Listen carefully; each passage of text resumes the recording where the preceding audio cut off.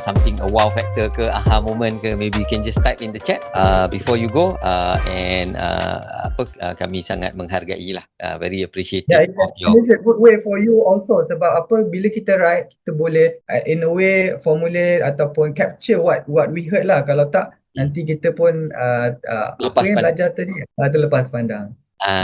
Alright, so I would love to share yang Dr. Hasina, you have a very abundance of energy kan.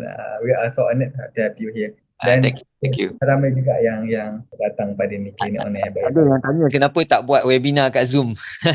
Sebab kita kita ada platform baru, jadi kita tengah test juga the platform untuk pastikan kelancaran the platform and all that. Dan Zoom ni kita tak nak buat style Zoom session sebab the recording tu tak berapa elok lah untuk production of the content. Jadi kita juga plan untuk hasilkan konten-konten, jadi nantikan juga konten-konten kami yang kita akan berkongsi dengan lebih ramai orang di luar sana lah. Like I said earlier tadi, kita basically buat ni sebagai cara untuk kita berterima kasih juga kepada orang yang support kami, a way on how we can share the knowledge.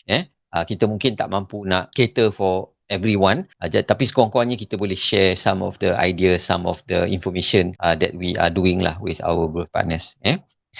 Alright, baru tahu pasal bucket size. Thank you very much, Dr. Nadia.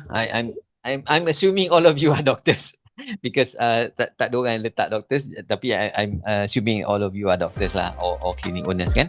So thank you very much again.